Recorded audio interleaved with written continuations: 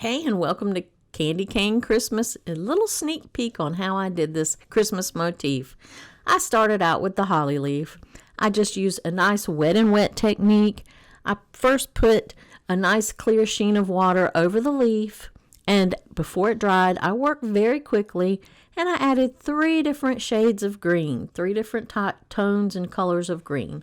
I used a nice yellow green, and I also did a nice mid-tone green, as well as a really dark green for the shadows.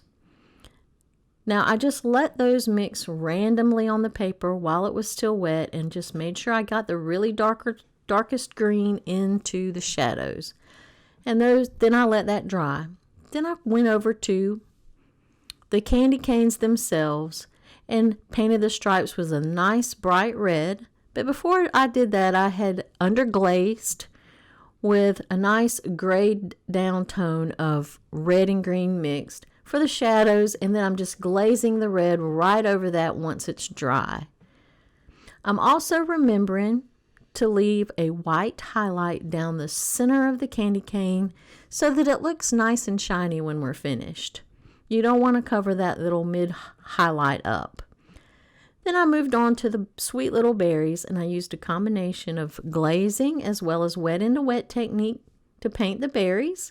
I used 3 different colors. I used a nice yellow color, and then I went with a nice red and then a red orange just to warm it up.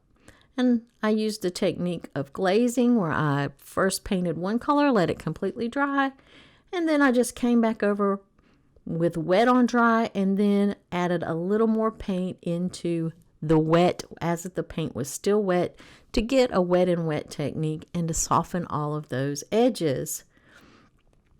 And then once we got all the berries completed, I went ahead and started on the beautiful shiny green Christmas bow. I used the same exact colors in the Christmas bow that I used for the holly leaves, but I used a combination of wet on wet and lifting techniques to make the shiny spots. I also made sure that I got a really nice shadows in there so there was a good contrast. And I did the whole bow in that same style with the wet on wet and then the lifting and then adding the darker shadows in the end to make this really cute Christmas motif. You can use it for a Christmas card, Christmas art, decor, anything you'd like once you get it painted.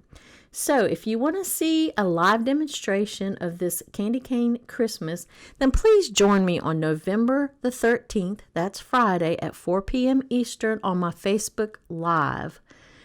And that will be in my private Facebook group, Watercolor with Viv. I'll put a link in the description.